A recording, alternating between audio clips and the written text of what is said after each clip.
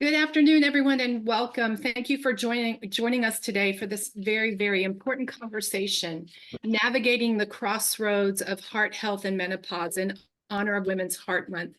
My name is Karen Bertozzi. I'm passionate about all things heart, and I wear many, many heart hats. I had life-saving emergent open heart surgery at Suburban Hospital almost 10 years ago. I'm a volunteer with Mended Hearts, an ambassador for Aortic Hope, and I am the cardiac medical yoga instructor through the cardiac rehab program at Suburban. You may or may not know that Suburban Hospital is a member of Johns Hopkins Medicine and a proud local sponsor of the American Heart Association's Go Red for Women movement. Since 2004, Go Red for Women has focused on increasing awareness and education surrounding the clinical care gaps of what is women's greatest health threat: cardiovascular disease. The campaign serves as a catalyst for change to improve the lives of women globally. We would like to thank the J.B. and Maurice C. Shapiro Endowment for Women's Health, who has supported the Women's Health Symposium for over 20 years. So before we get to our great speakers that we have on tap today, just a couple of housekeeping items. We'll do our best to answer all questions throughout the program. If you do have a question, please use the Q&A box. There's a button down there at the bottom of your screen. Today's presentation is being recorded, and it will be available in the coming days to view again or to share with your family and friends. Your feedback is very important to us. We want to make sure that we bring you timely programming in the future and certainly try to meet your needs. So make sure you take a moment to complete the evaluation. At the end of the program, I think it will be emailed to you. If you could please take the time, it helps us in planning future programming. And just a little background, I guess as many of you know this, but cardiovascular disease continues to be the #1 killer of women. It claims more lives than all forms of cancer combined. Nearly 45% of women over the age of 20 are living with some form of CVD, cardiovascular disease.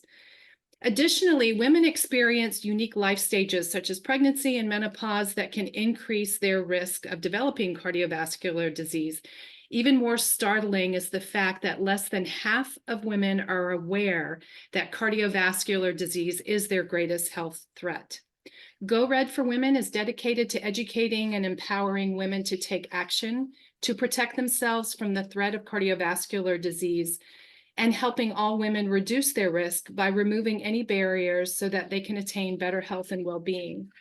As women, we experience internal and external changes to our bodies as we enter the menopause years.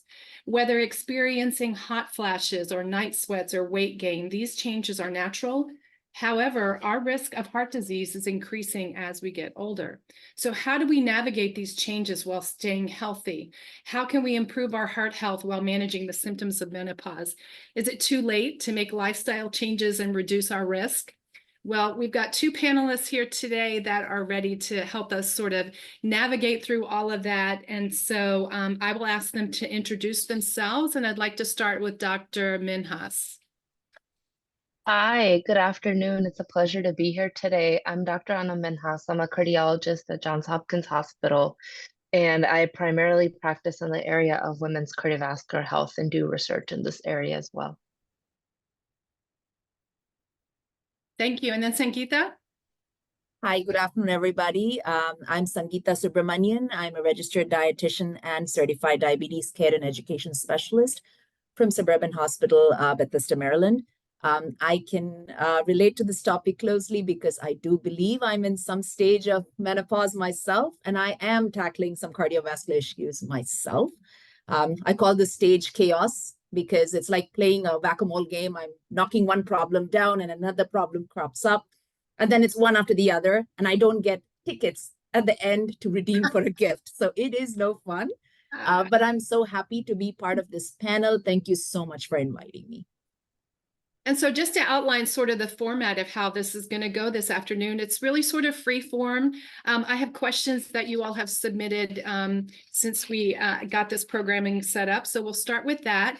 Again, we'll be watching the Q&A section for any additional comments, but I will just start off with some questions and we'll have a discussion from there. And again, thank you both for being here today. So I'll start with Dr. Minhas. Would you mind reviewing what is menopause, when does it start, and what kinds of symptoms can women experience?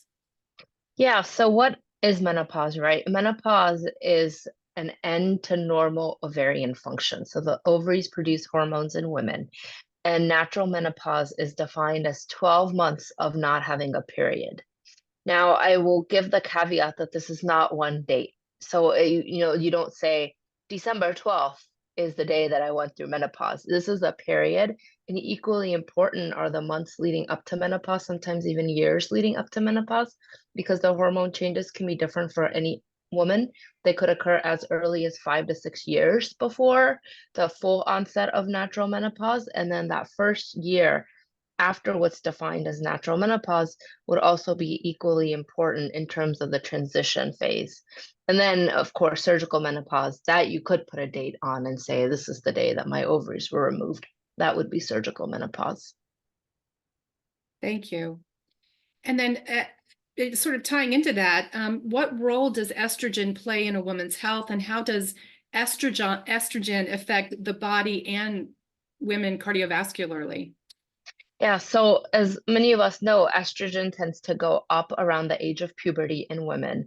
And then around menopause, like I was saying, this is very different for every woman. So about half of women will actually have a decline in estrogen, even as early as 4 to 5 years before the onset of menopause. And then other women, it might be in that, year right before their periods will start becoming irregular. So that's all considered part of the menopause transition period. And then FSH, which is another different hormone, will start going up. So actually, often your doctor will check your FSH levels as a sign of, okay, this is the time that menopause has occurred already. Like the FSH is above a certain level, so we're confident that menopause has occurred for this patient. And then I think remind me, your second question was, what role does estrogen play in terms of cardiovascular health? Yes, right. So we know that cardiovascular disease is the leading cause of death in men and women in the United States. And just as you mentioned, more so than all other forms of cancer combined even, right? And a lot of cardiovascular disease actually occurs after menopause. So this suggests that there is a role that estrogen and female-specific hormones are playing in having a protective effect in terms of reducing the risk for heart disease in women who have not yet attained menopause. So women who have not gone through menopause actually are considered the lowest demographic for cardiovascular disease. And then women, as they go through menopause, their rates of cardiovascular disease really start approaching that of men. And in the later years, for some things like stroke, might even surpass those seen in men. So this suggests that estrogen is providing protective effects. And this is both protection for how the blood vessels work. So, one of the things that is noticed after menopause is that blood vessel function changes. So blood vessels become stiffer. That means you're more likely to have blood pressure start rising after menopause. Women will start developing more adiposity or more fat around the abdomen, particularly what we call intra-abdominal or visceral fat. So fat that's not, like you can't pinch it from the outside because it's inside, right near your organs. That actually tends to be the highest risk fat. That accumulates more in women. So your waist to hip ratio will start changing. So estrogen keeps it so that the average woman, actually the hips tend to be wider than the waist. But then when that protective effect of estrogen goes away, that changes. And then cholesterol can start changing. So the good cholesterol or the HDL cholesterol might start coming down, and the bad cholesterol or the LDL cholesterol might start going up. So there's multiple effects. And I'll just add that we're talking about cardiovascular disease here, but estrogen is doing so many things beyond the heart and the vascular system. I mean, bone health, sleep, mood, depression, and anxiety can actually go up after menopause. It can be more insomnia, more trouble falling asleep, and all those in a grand picture do increase your risk for heart disease. So not sleeping well can increase your risk for heart disease, and being depressed actually can as well. Thank you. Sangeeta, this question I think is probably for you. What can a woman do to protect their heart health before, during, and after menopause? I like the fact that you mentioned the 3 stages. I do feel like some of the interventions we do, it's best if we start early so that we have a baseline. But yeah, there are a couple of things we can do to tackle this challenging period. First is know your numbers. What I mean by that is get your annual physical done, get your weight, blood pressure levels, fasting blood sugar levels, hemoglobin A1C levels, thyroid panel, lipid panels. So these are great ways to see what your patterns are over the course of several years, because perimenopause, like Dr. Minhas mentioned, it stretches over a period of a couple of years. So then you understand the way your numbers are changing. The second thing would be to establish a routine. Most women, I mean, they get past that childbearing years, you have a set schedule for work or your, or kids or family or life in general. But then sleep is one pattern that is just not set. It would be important to set specific patterns for sleeping time, waking time, eating time, so that we are in harmony with the circadian rhythm. Streaming services can wait until weekend, and we should try to avoid snacking in the nighttime.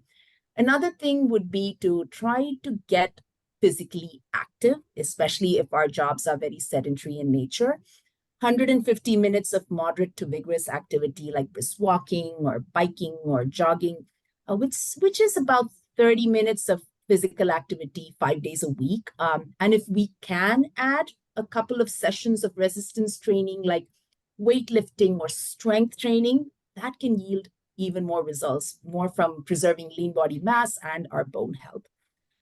And if someone is a smoker, then quit smoking, because cigarette smoke can definitely increase the likelihood to develop heart disease. The next, of course, as a dietitian, I shouldn't forget diet. A balanced diet is extremely important. And what do I define as a balanced diet? One, trying to eat less outside of a box, like out of a box. So, less processed foods. Because when we try to prep foods more ourselves or even use one of these meal prep services, the ingredients are under our control.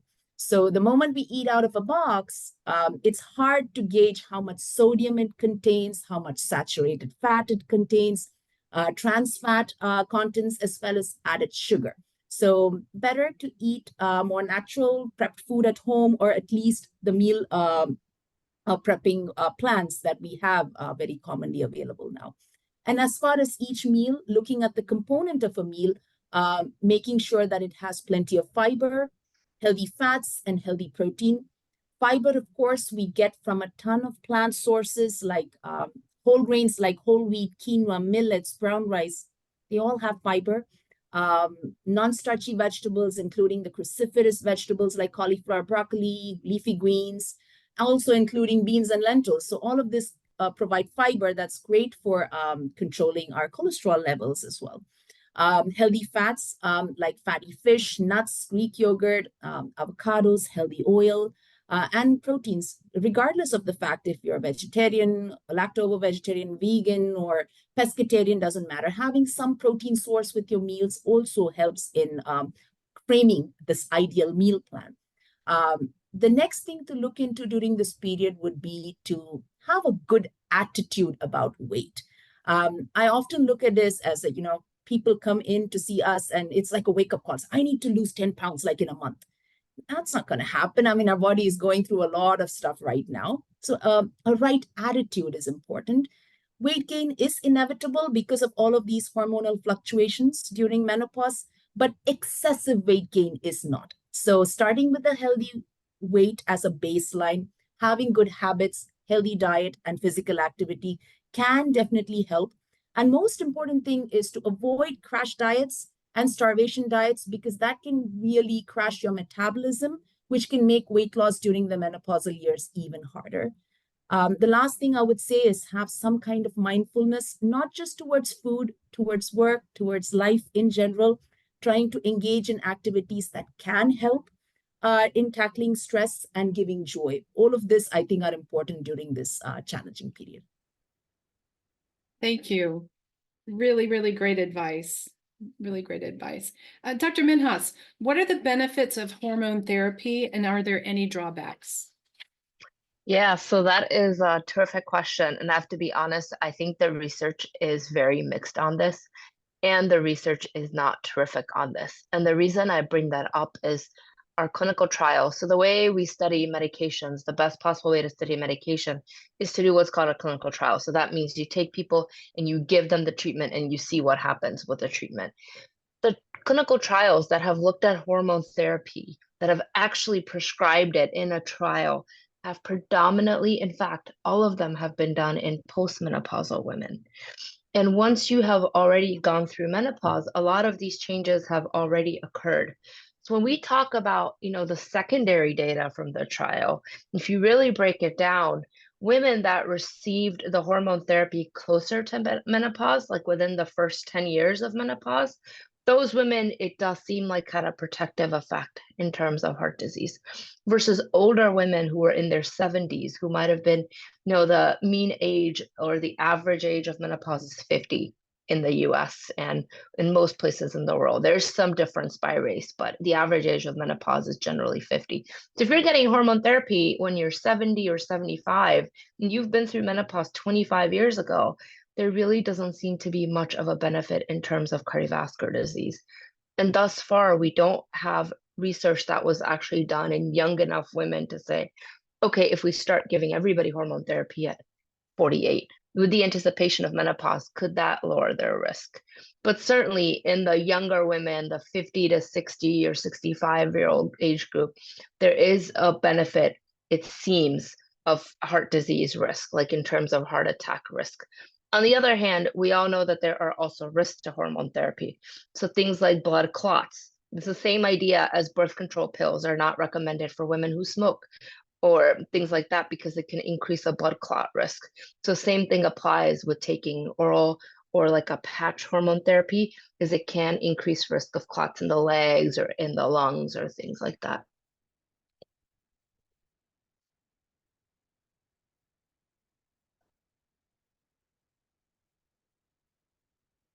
Sorry, Karen, I think you might be muted. Thank you. This conversation is already bringing about a lot of additional questions. Let's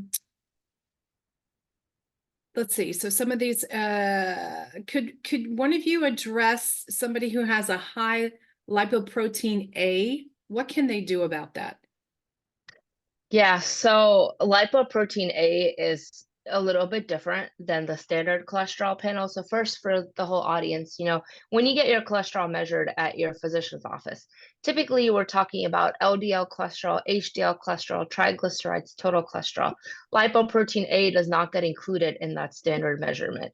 So it's a little bit above and beyond what the standard measurement is. We are learning more and more, looking at very big research studies, that 90% of your lipoprotein A level is actually genetically determined. So that, you at this time, we're not doing gene therapy routinely, right? You really can't change your genes at this time. We don't have any way to do that.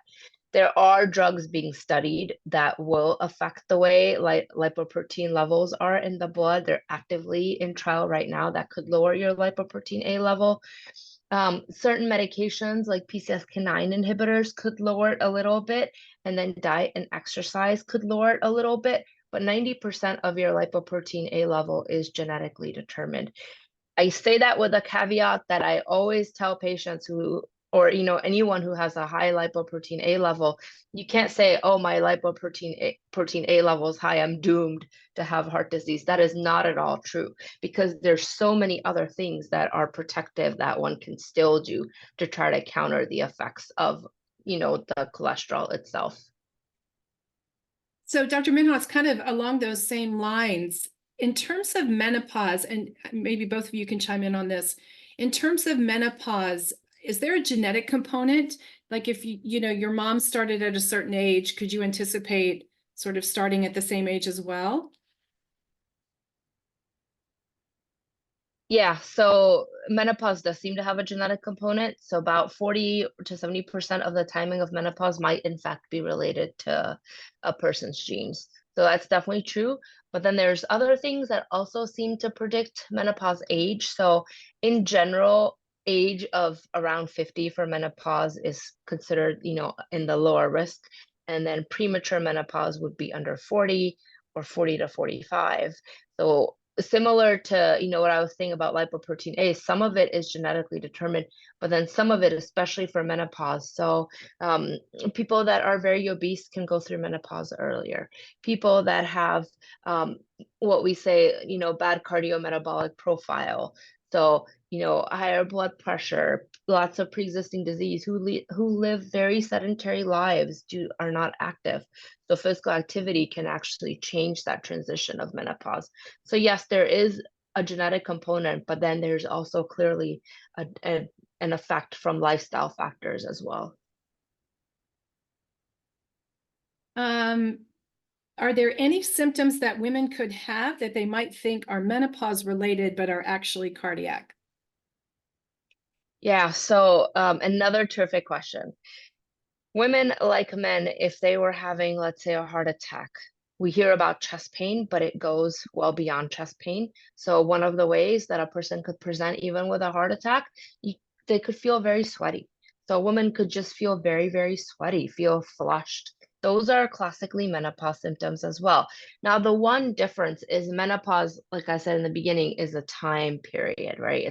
It's happening over months to years, whereas a heart attack tends to be a sudden thing. Now, you go up a flight of stairs. Every single time you go up a flight of stairs, you are short of breath, you are sweaty.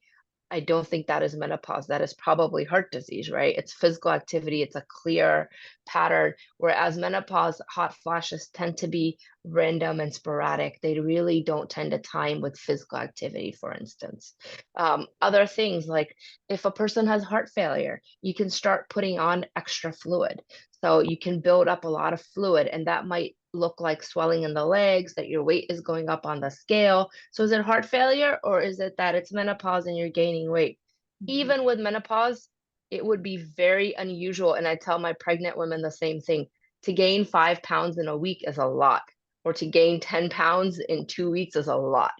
It's not what you're eating. You really can't eat that much to gain that amount just from what you're eating. So that to me is a suggestion that it's fluid buildup. And especially if that's happening, the time frame, if things are happening quickly, then it signifies that it's probably not just menopause, that there's something else going on. Thank you. Sangeeta, are there any foods that can help with menopause symptoms? And also if you could talk about supplements, any type of vitamins or any additional things we could add in to kind of ease all of this. Sure. I mentioned before, the fiber, healthy fats, healthy proteins, definitely. That is the foundation of a healthy way to eat, not just during menopause, other times as well, because it not just provides the macronutrients, also provides the essential micronutrients we need for our metabolic pathway. But talking about supplements, there are 3 that I do look into. One would be vitamin D, because most of us are deficient in vitamin D. So it would be important to get the vitamin D levels checked. I usually get it checked every year because I'm extremely prone to low vitamin D levels. So I check it every year and I supplement if needed. Magnesium is another mineral that is commonly heard in conjunction with menopause, especially for sleep concerns with perimenopause or menopause. However, I would still recommend speaking to a physician if it's needed, or especially if your diet is going to be, rich in chia seeds, salmon, tofu, soy products, leafy greens, then you already are getting enough magnesium, so you may not need to supplement. But that would be a conversation to have with the physician. The third supplement would be the omega-3 fatty acids, which are definitely extremely good for the heart. But again, if your diet is rich in healthy oils, walnuts, chia seeds, what else? Salmon, tofu. So those are all good sources of omega-3 fatty acids as well. So in that case, you may not need supplementation. Again, a conversation to have with your physician if you do need to. But your vitamin D is one I would strongly recommend getting checked as often as possible. So along those same lines, Sangeeta, also circling back to you, we have a question.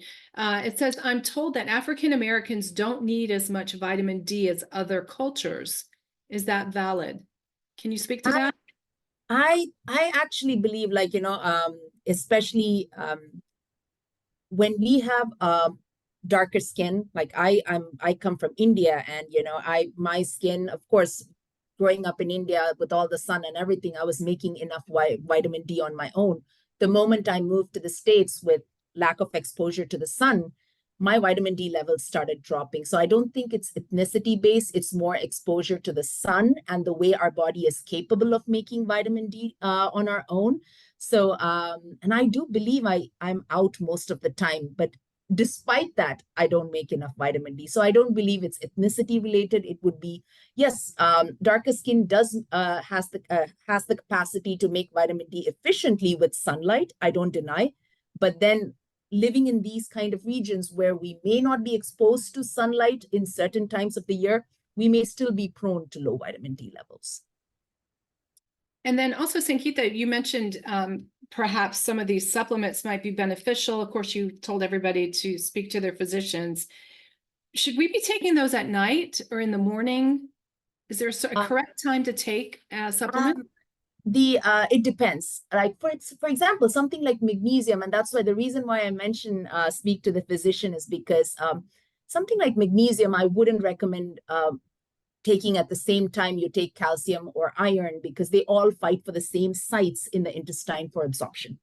So magnesium, yes, it might be a good idea to take in the night, especially if we're taking it for sleep-related concerns. Omega-3 fatty acids, I don't think it matters. Vitamin D, it definitely doesn't matter what time you take. But yeah, it depends what you take it in conjunction with. So if you're going to take your supplements with milk, for example, that has calcium, it may interfere with the absorptive effects for the mineral that you're taking for. Yeah, thank you. Dr. Minhas, how important is it for women in their childbearing years to protect their heart health? And are they at risk for a heart attack? Does pregnancy sort of bring on increased cardiac events? Yeah, so it's actually a very active area for a lot of us who take care of patients in the women's heart space, because we're realizing more and more that women as young as pregnant women or even younger can have heart disease. Even though the overall rate is lower than older women, younger women can have heart disease. Now, this could be before pregnancy, this could be after pregnancy. What we're noticing now and learning more about are complications in pregnancy, like gestational diabetes. So, abnormal glucose in pregnancy or high blood pressure in pregnancy can actually be a signal that that given woman is at higher heart disease risk later in life. And then there are some more unique forms of heart attacks, which are 90% of them actually occur in women. It's called spontaneous coronary artery dissection. Since we're talking a lot about hormones and menopause, I have to say this form of heart attack is different from where a plaque builds in a blood vessel wall. This is an injury to the blood vessel wall, and classically tends to happen around times when there's hormone changes. So around pregnancy and around menopause in women are key times where this unique form of heart attacks, which can happen in men, but 90% actually happens in women. It comes up all the time that could hormone therapy increase for these things, and we don't know the answer to that, but there does seem to be an influence of hormones, be it at the time of pregnancy or the time of menopause, on these things. Let's see. So this is a great question. This has always been fascinating to me in general in medicine, but also specific to cardiac care. How come there is such a big difference between guidelines, say, for instance, in Europe and the US, or yeah? I wish I had a good way to answer that. I'll give as an example somebody's question earlier on the lipoprotein A level. So the US guidelines don't recommend checking it in everyone. The European guidelines say that everybody should have it checked once in their life. By and large, the US guidelines will eventually say the same thing as the European guidelines. The one difference being that our country is unique in how diverse it is.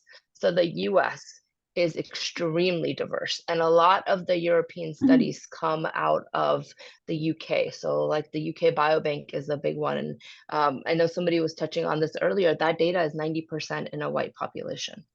right? And then here in the US, we are talking about a completely different healthcare system, and we're talking about a completely different demographic population.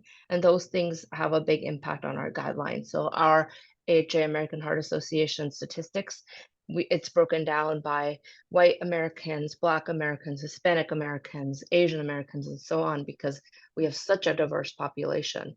And the risk might mean different things for different people in the country. That's fascinating. I mean, it's fascinating to me because it's an obvious answer, but I think we forget, sort of like you said, the demographics. You know, I think we forget that. All righty. Sangeeta, let's talk about diabetes. Should women who are experiencing menopause symptoms also be concerned with developing diabetes? Are they linked in that way? I wouldn't say it as a direct correlation. So not all menopause symptoms. I mean, hot flashes. I mean, come on, we're not going to look at it as a symptom that's going to cause diabetes.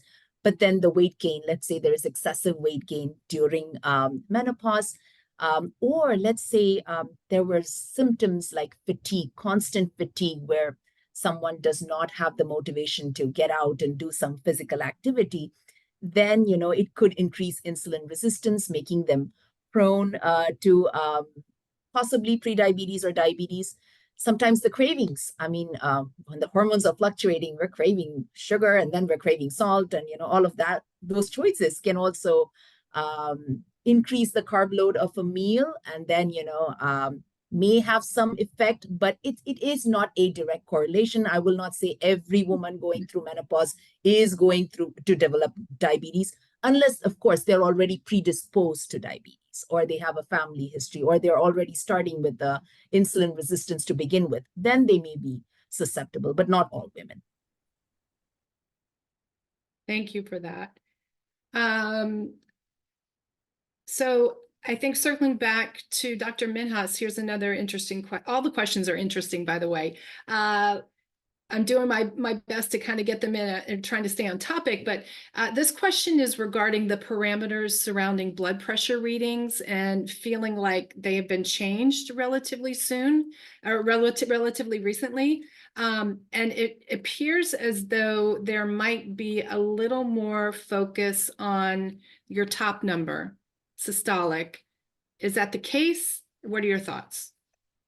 So it's a great question. So the blood pressure guidelines have changed. It's not as recent anymore. Now it's been about 6 to 7 years when the last version of the blood pressure guidelines came out, but they are more stringent.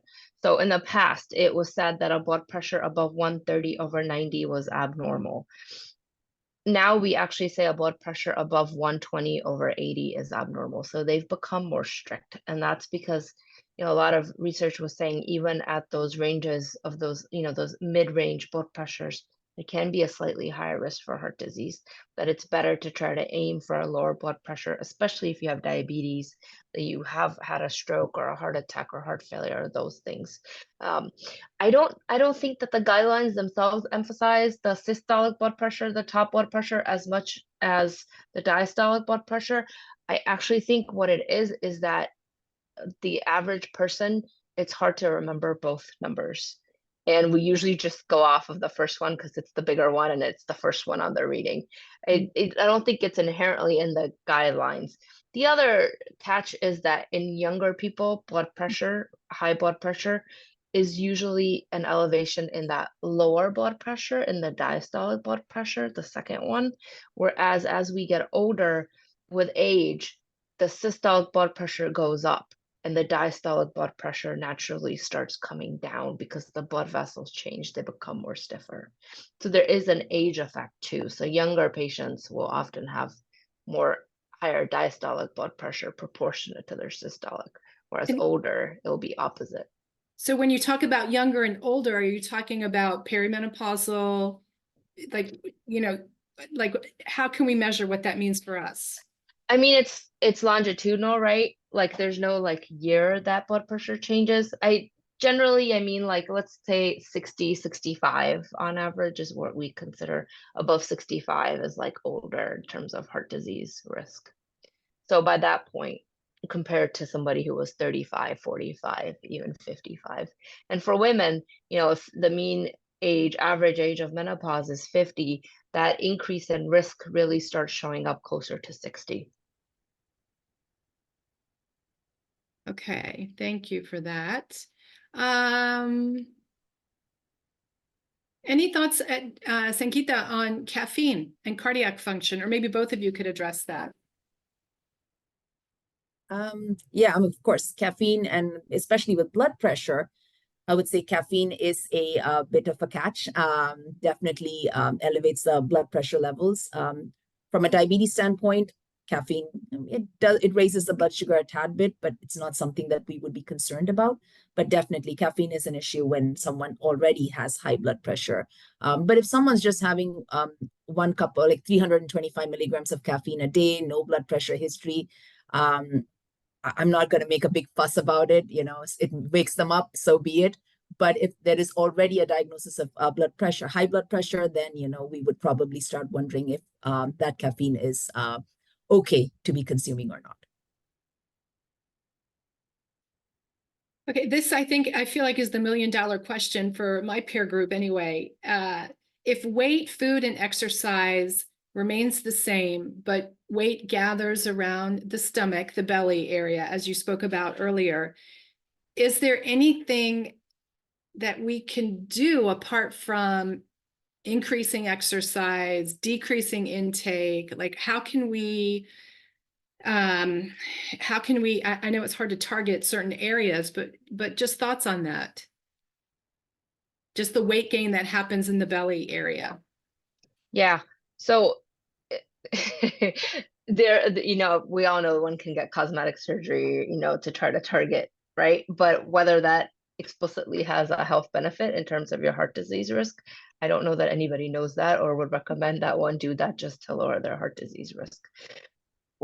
I think we have to appreciate that cardiovascular disease is very complex, that it is not just one risk. So yes, weight might be more in the belly and you might not be able to control that. But at the same time, you're lowering your risk by exercising. You're lowering your risk by following a healthier diet, like a DASH diet or a Mediterranean diet, by increasing your intake of vegetables and fruits, and by focusing on your sleep health, by focusing on your mental health and stress relief, by ensuring that you don't have diabetes and high blood pressure, or if you do, that you're taking medications or following a diet to help lower that risk, right? So even though you might not be able to control where your weight deposits, your BMI is healthy, right? And you're exercising and you're focusing on all of those other things.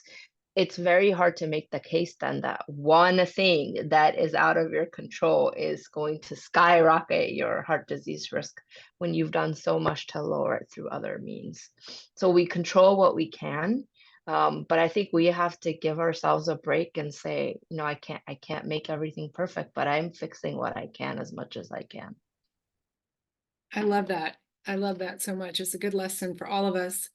There was a question here that I thought was particularly, well, they're all really good. Here we go. Sangeeta, this is a good one. What about in terms of your suggestions in terms of diet, a heart healthy diet? Can you speak to for those that are on a budget and really have to, really watch, food prices are going through the roof, grocery stores, it's so easy to spend way too much money to be healthy. So can you talk to some more affordable options for us? Yeah, and that's one of the reasons why I strongly mention lentils and beans and everything, because sometimes most of the more expensive ones are not often the healthiest options as well. So yes, fruits and vegetables, definitely, I feel like slowly they are kind of inching on the higher end, but then lean meats, beans, lentils, buy it in bulk so that, and if you're able to cook them from scratch, then it's even cheaper as opposed to buying out of a can. I mean, soak it. If you have like one of those Instant Pot, then, it's done. It's and it's definitely a lot cheaper than going for any of the prepped items for sure. Fruits are definitely something that's one of those challenging ones when it comes to cost. Yes, it's seasonal, can increase the cost tremendously. Your budget can get impacted.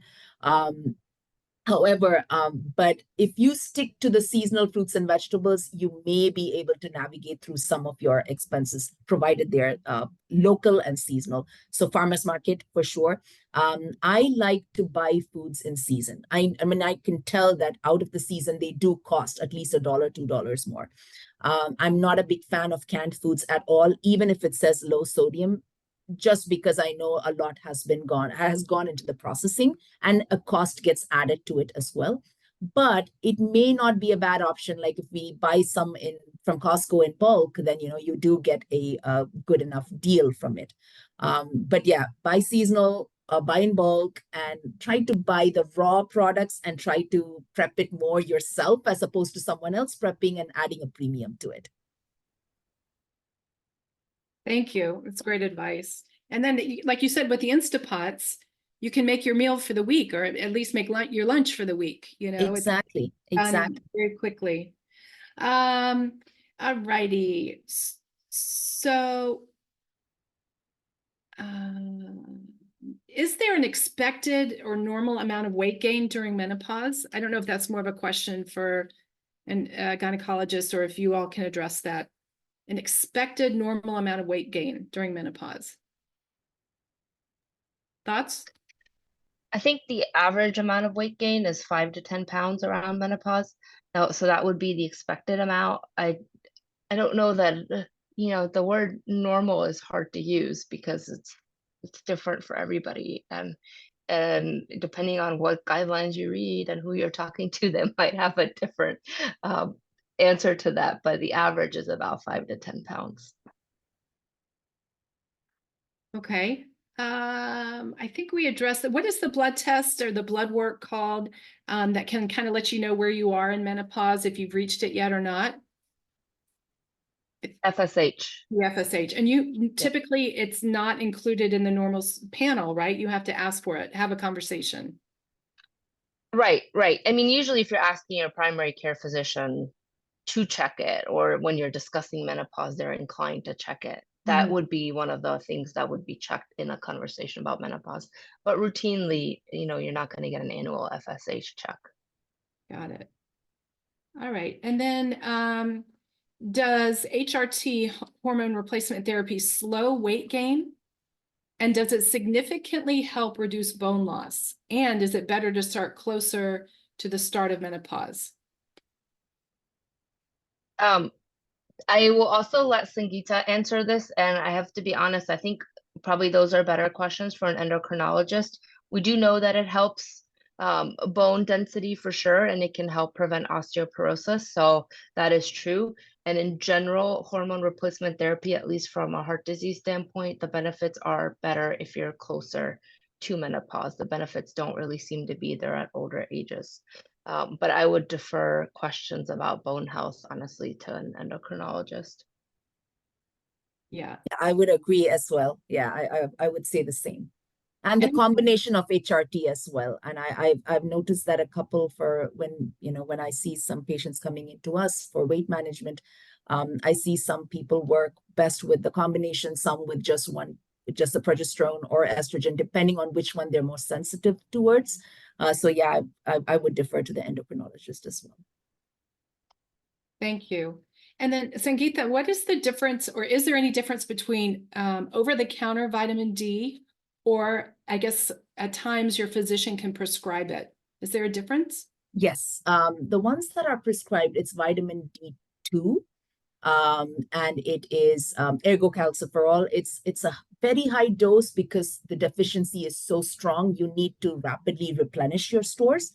The one that's over the counter is just vitamin D3. Usually the doctors suggest 1,000 international units up to like 5,000 international units. But that is usually prescribed if the deficiency is not so much. D2 is prescribed if it is if you need rapid replenishment. Okay. Dr. Minhas, if you had iliac stents and are taking a baby aspirin due to the stents, oh, it disappeared. It was too fast. Somebody pulled it away. Sorry. Let me go back here. Okay. I was diagnosed with heart disease. I don't know how old this person is. I was diagnosed with heart disease. My blood pressure is normal. My weight is good. My cholesterol is controlled with statins, I'm assuming. Am I destined to have heart disease that progresses? Any thoughts on that? Again, goes back to sort of the same thing we've been talking about, that it is very hard for anyone to predict the future with 100% certainty. I'd be surprised if any physician ever told anybody that they had zero risk for something the rest of their life or 100% risk. So all we can say is this is what the general trends are. This is what our research tells us. That will never mean 100% of everybody in the whole world. So are you destined to have heart disease? No, I don't know that, but I can say that you are doing what you can to lower your risk. So I can say that your risk should be lower than if you were not doing those things. I agree 100% as a patient, especially. I think knowledge is power. And I think, if you have any type of cardiovascular history, family history, I mean, the best thing you can do is have the conversations with your physicians. There's some questions here about some imaging and scanning. I think all of those need to happen with your cardiologist or your general practice, your internist or whomever, because I just think I've had many physicians tell me exactly what you said right now, Dr. Minhas, and just reassured me that the most important thing that we can do is be informed and have, meaningful conversations with our caregivers. So, and that's been my experience in the 10 years that I've been a heart patient. What about the relationship between menopause and increased levels of cholesterol? Is there a correlation? Yeah.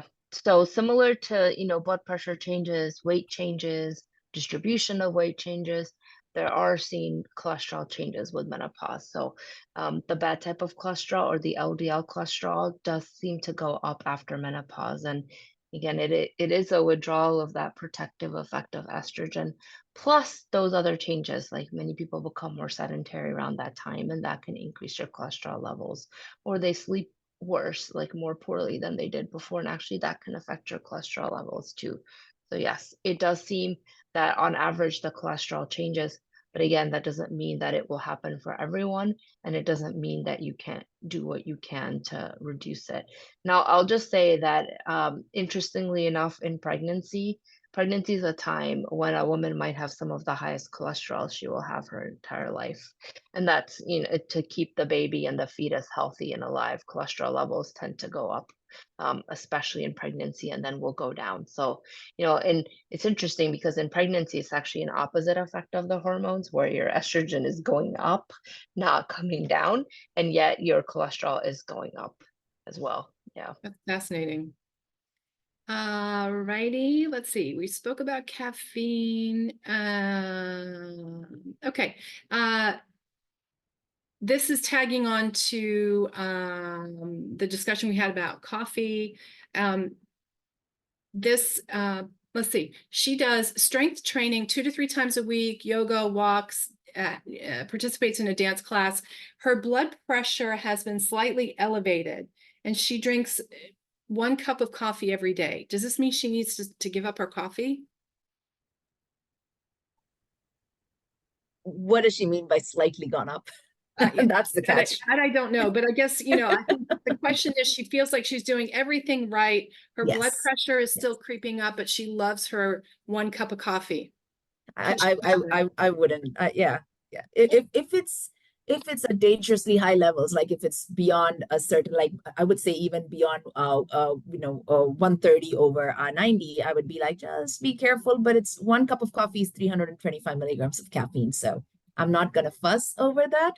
But yeah, if the trend is consistently going high, then she may want to try skipping and seeing, and see how it goes. I'm exactly one of those people that I am talking to right now. I Maybe you had to give up my question. I had to give up my coffee, and then I'm like, it made no difference. It's menopause. Right. Well, if I kind of have a question, and maybe you all can address this, what about caffeine and heart rate? I mean, we're talking about blood pressure, but what about heart rate? Is that something we need to be concerned about? So, I will just quickly say, because this comes up a lot, just like Sangeeta said, and everybody asks this question about caffeine. Yes, in the short term, it can raise your blood pressure, and yes, in the short term, it can raise your heart rate. But the majority of studies, well conducted, good studies, and lots of people actually show that moderate caffeine consumption can lower your overall risk for heart disease. With the caveat being that if you are having like a frappuccino from Starbucks, The sugar. that's not really what's being studied. This is like black coffee or or a tea, not Yeah. really like flavored with 6 packets of sugar. You're kind of taking away the good effect. Again, sort of along those same lines, how does menopause affect your heart rate? Do you find that there's any correlation? Do heart rates increase? I think of some of us, I know, for instance, you can be sitting at your desk and all of a sudden you feel an increase in your heart rate. And, sometimes it's very hard for us to define that, right? Are we having a cardiac event? Is it just stress? Are we panicking a little bit? Or did we just have a coffee and our heart rate it has gone up? Yeah, so another great question. So heart rate, if you're having a hot flash, heart rate will typically be higher, for instance. So that would be a moment where heart rate could look higher. Um, Heart rate in general, so babies and young children actually have a very high heart rate, and that's their resting heart rate. And then it tends to get lower as they get into teenage years. And then it will stay on the lower end. And actually, people who are more active, their heart rate tends to be lower. So I don't think it's necessarily the transition to menopause as much as some of it is aging and a change in physical activity. And then younger people often have what we call more parasympathetic control. So sympathetic control means fight or flight. Boom, boom, boom, boom. You're go, go, go, go, go. Parasympathetic is the system that sort of tells your body to relax. And as when we're younger, more of your heart rate control tends to be by the parasympathetic system. So the heart rate might change and with aging in general, but I don't know that it's menopause necessarily as much as aging itself. Let's see, we have tapped into a lot of these that are sort of still here, but I am curious to know actually both your thoughts. There's been so much in the press lately in the media about Ozempic, Wegovy, that sort of thing. And I'm curious, as somebody working in well, both of your fields really, what's your take on that in terms of affecting cardiac health? Is it risky? Do the benefits outweigh the risk? Do what are your thoughts? Because it's so popular. Both of you. And we'll start with Dr. Minhas. What do we think about Wegovy? Is that what you said? Yeah, Basically, yeah. in some, And in terms of your cardiovascular health, I mean, I think, it's very tempting for people, right? The weight gain comes onto the belly. And as we've been reading, you work out, change your diet, nothing's changing. And all we hear about are these drugs. What are the long-term effects cardiovascularly, or what are your thoughts?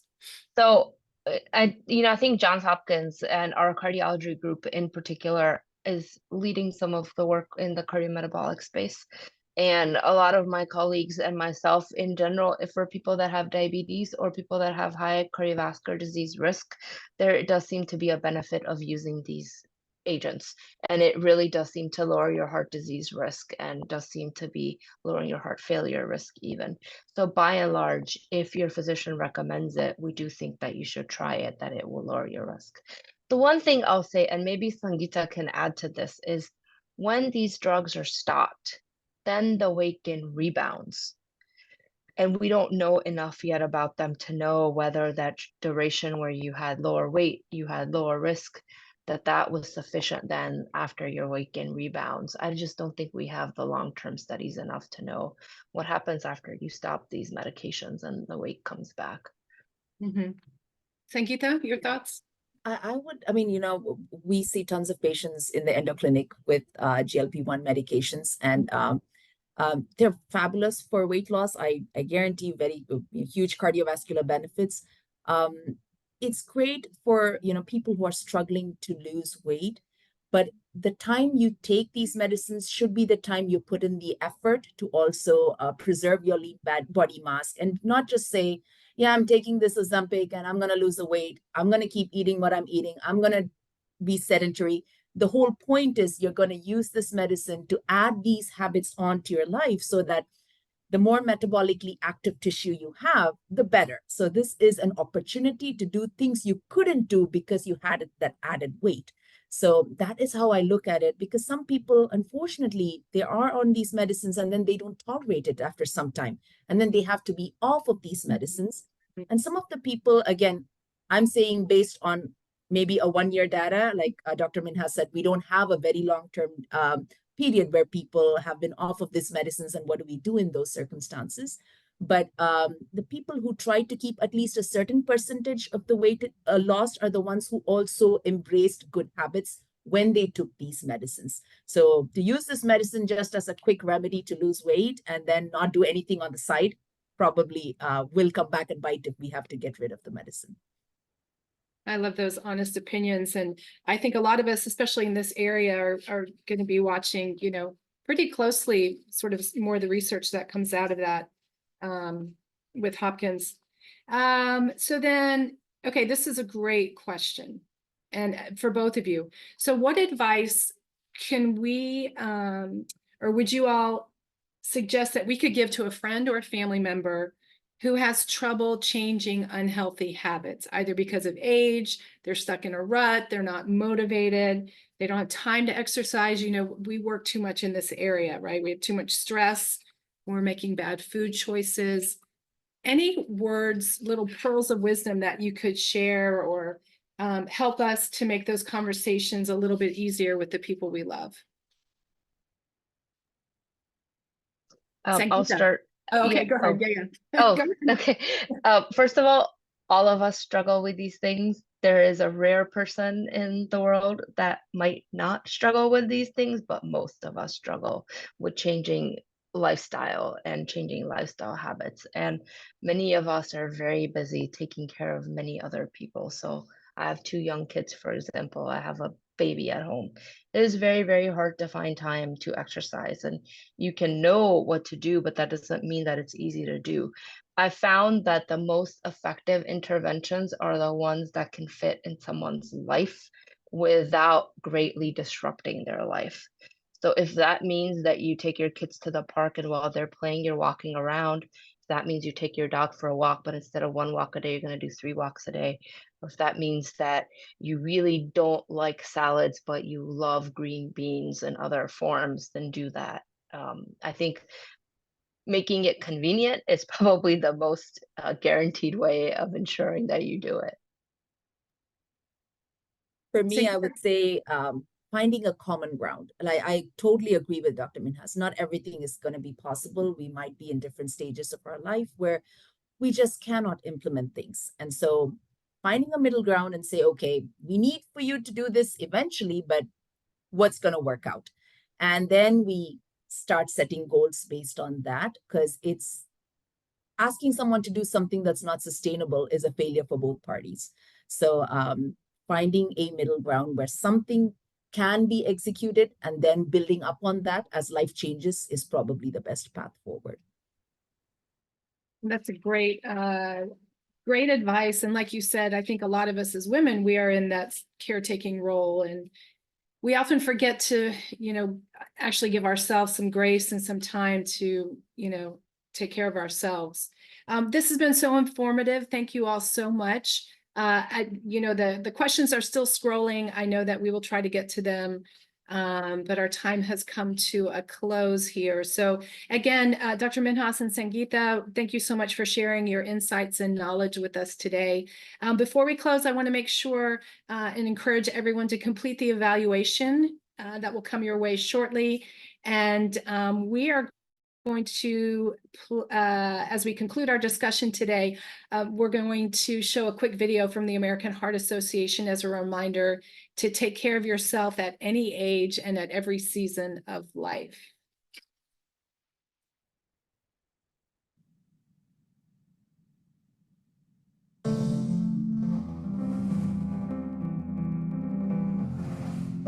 cardiovascular disease is the #1 killer of women, claiming more lives than all forms of cancer combined. Did you know throughout a woman's life, her risk for cardiovascular disease can change? I was only 18 when I had a stroke on a trip with my rowing program. I never expected to have a stroke at my college graduation. I was so young. Each of us can experience unique life stages, such as pregnancy and menopause, that can impact their heart and brain health. I never knew my pregnancy could result in heart failure. I expected pregnancy to be a lot, but I didn't realize how it could impact my health and strain my heart. A woman's life is a journey, and so is her health and well-being. Go Red for Women is committed to helping women by walking hand in hand every step of the way. As I got older, I made the decision to put my health first, so I could be there for all of my son's special firsts. I've made it this far, and I still have so much more I want to experience in life. That's why as I age and change, so do the ways I care for my heart health. Go Red for Women is here to meet the needs of all women at every age, every stage, and every season of life, because we're in this together and here to support each other. Understand your risk for cardiovascular disease and how it can change during your lifetime so you can take action today. Visit goredforwomen.org.